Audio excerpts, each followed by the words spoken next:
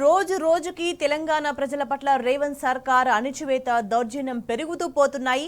కానీ అదే స్థాయిలో ప్రజల నుంచి తీవ్రమైన వ్యతిరేకత కూడా వస్తోంది. దీనికి సంబంధించి మనం మాట్లాడదాం. మనతో పాటు వాళ్ళ చర్చలో జాయిన్ అవుతున్నారు అనలిస్ట్ పాపారావు గారు. గుడ్ ఈవినింగ్ పాపారావు గారు. పాపారావు గారు, ఆడియో క్లియర్గా ఉందా? పర్లేదమ్మా, ఏదో అంతా జామ్ అవుతుంది అదే మొత్తం. రైట్. పాపారావు గారు, ఎట్లా చూడాల్సిన అవసరం కనిపిస్తుంది? ఇంకా ఇంకొక నెల అయితే సంవత్సరం పూర్తిగా వస్తుంది, కానీ ప్రజల నుంచి వ్యతిరేకత పాలు పెరుగుతూ వస్తుంది. ఇవాళ ఒక లగచర్ల ఘటన జరిగిన తర్వాత మాత్రం ఈ వ్యతిరేకత మరింత తీవ్రమైందని చెప్పొచ్చు. ఎందుకంటే విజయోత్సవాలు జరుపుకుంటుంటే కూడా అక్కడ కూడా ప్రజలు దాన్ని వ్యతిరేకిస్తూ మాట్లాడుతున్న సిచ్యువేషన్ కనిపిస్తుంది. సభలలో మాట్లాడుతుంటే మధ్యలో నుంచే వెళ్ళిపోతున్న పరిస్థితి కనిపిస్తుంది. అసలు ఇప్పుడు తెలంగాణలో పరిస్థితి ఎట్లా ఉందని అంటే ఏం చెప్తారు? నేనేనమ్మా. ఎస్ చెప్పండి. ఇప్పుడు లగచర్ల ఘటన అనేది ఒక మ్యాగ్నిఫైయింగ్ గ్లాస్ లాగా పనిచేస్తుంది. ఎట్లా అంటే నిన్న మొన్నటి దాకా ప్రతిపక్షాల్లో చాలా మంది, అంటే ముఖ్యంగా కమ్యూనిస్ట్ పార్టీలు కానీ ఇతర సంఘాలు కొన్ని కూడా జనరల్ గా ఎవరు బీఆర్ఎస్ తో చాలా విషయాల్లో గొంతు కలపల. బీఆర్ఎస్ ప్రజల విషయాల్లో, ప్రజలకు సంబంధించి అనేక విషయాల్లో గొంతు ఎత్తి పోరాడుతున్నప్పుడు కూడా కొంత అబ్జర్వేషన్ కానీ చూస్తా ఉండిపోయిన పరిస్థితి ఉంది. కానీ వాళ్ళ అందరూ లగచర్ల ఘటనతో ఏంటంటే మొత్తం అన్ని శక్తులు, తెలంగాణలోని అన్ని ప్రజాహితం కోరే శక్తులన్నీ ఒక చోటకి అనివార్యంగా బీఆర్ఎస్ తో పాటు బీఆర్ఎస్ దగ్గరికి జాయిన్ అయ్యి ఆటోమేటిక్ గా ఏంటంటే ఇది ఒక, ఇవాళ సిపిఎం తమ్మినేని వీరభద్రం గారు వెళ్ళారు, అలాగే న్యూ డెమోక్రసీ వాళ్ళు వెళ్ళారు, సిపిఐ తరఫున పద్మ గారు కనపడ్డారు. ఇట్లా ఏంటంటే అందరూ ప్రజానీకంలో ఒక్క కాంగ్రెస్ వాళ్ళు మినహాయిస్తే మిగతా అన్ని శక్తులు ఈరోజు anti people activity of the Revanth Reddy దానికి వ్యతిరేకంగా మొబిలైజ్ అవుతున్నారు. చాలా తీవ్రంగా మొబిలైజేషన్ జరుగుతుంది. కాబట్టి ఏంటంటే ఇక పంతానికి పోతే రేవంత్ రెడ్డి గారికి కానీ కాంగ్రెస్ పార్టీ కానీ క్షేమదాయకం కాదు ఇది. ఎందుకంటే రానున్న రాజకీయాల్లో ప్రజల్ని పార్టీగా మళ్ళీ పార్టీగా వాళ్ళు ప్రజల ముందుకు వెళ్లాల్సి ఉంటుంది. కాబట్టి ఇది మంచిది కూడా కాదు.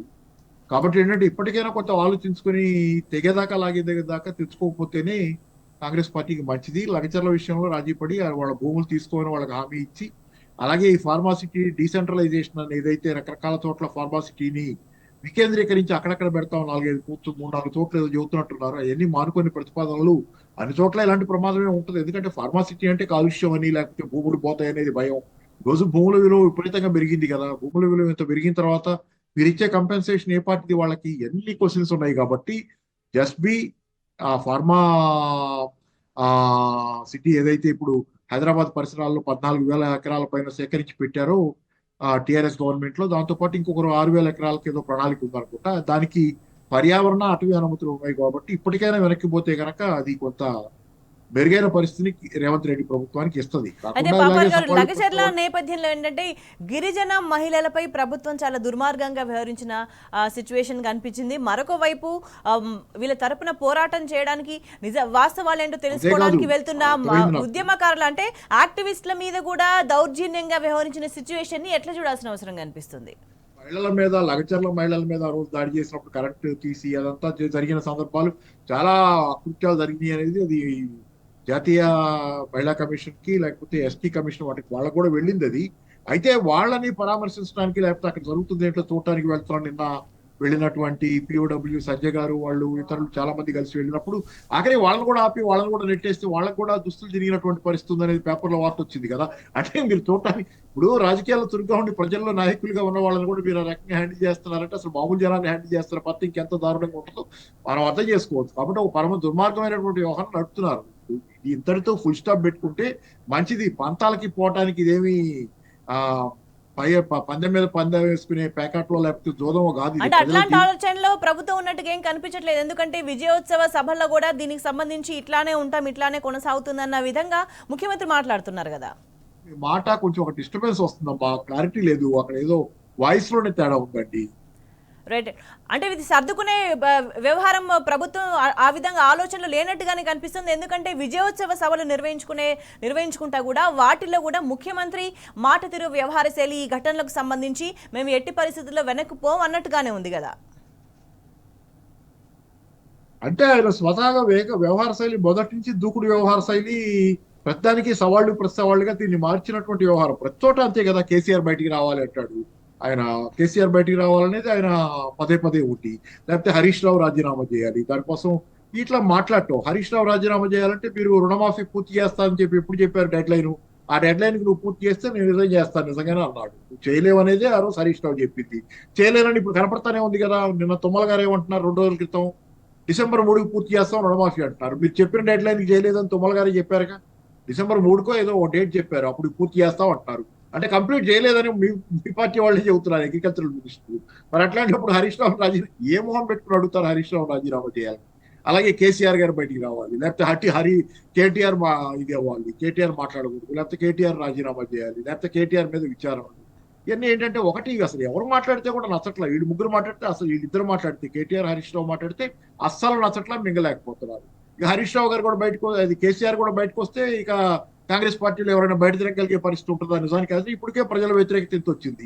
కేసీఆర్ గారు బయటకు వచ్చి ఎక్కడ మాట్లాడితే చూసినా కూడా హామీల అమలుకు సంబంధించి ప్రజలు ఎక్కడ ఎదురైనా కూడా హామీల అమలుకు సంబంధించి వాళ్ళు ప్రశ్నిస్తున్న సందర్భం కనిపిస్తుంది. దీంతో రోడ్ల మీద తిరిగే పరిస్థితి లేదు. అందుకే చిన్న చిన్న దూరాలకు కూడా హెలికాప్టర్లు వాడుతున్నారు కాంగ్రెస్ ప్రజాప్రతినిధులు అనే ఒక చర్చ బలంగా నడుస్తుంది. అంటే ఈ నేపథ్యంలో రాబోయే రోజుల్లో ఇంత వ్యతిరేకత ఉన్న సందర్భంలో కూడా విజయోత్సవ సభలు అని చెప్పేసి నిర్వహించుకోవడం వల్ల మరింత వ్యతిరేకతను మూట కట్టుకుంటుంది ప్రభుత్వం అని భావించాలా?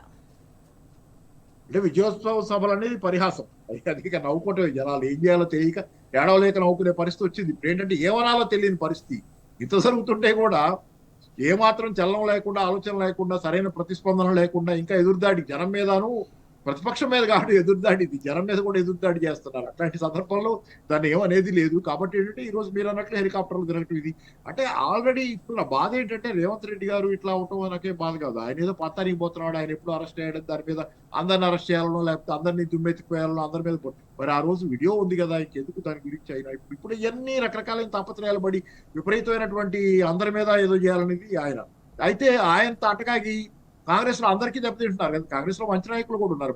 బట్టి విక్రమార్క లాంటి వాళ్ళు కొంత సంస్కారవంతమైన అన్ని రకాల మంచి నాయకులే ఉన్నారు. మరి వాళ్ళకి క్యాపబిలిటీస్ అవన్నీ పక్కన పెడితే ఓవరాల్ మంచి నాయకులే. అట్లాంటి వాళ్ళంతా కలిసి ఎంతో జట్టుకాగి ఈయన చెప్పిందల్లా తానా తందానా అని ఈయన, మరి ఇదంతా ఏమవుతుంది, మొత్తంగా కాంగ్రెస్ లో అందరి నాయకులు బదనామం. దానివల్ల మనం చేసే మన మన పరిసరాలు, మన చుట్టూ మనం ఎవరితో ఉన్నాం అనేది కూడా మనం చూసుకోవాలి కదా. ఇదంతా ఏంటంటే మొత్తానికి కాంగ్రెస్ పార్టీకి ముసలం పుట్టినట్టు అయింది. ఇదంతా అంతకంటే ఏం లేదు.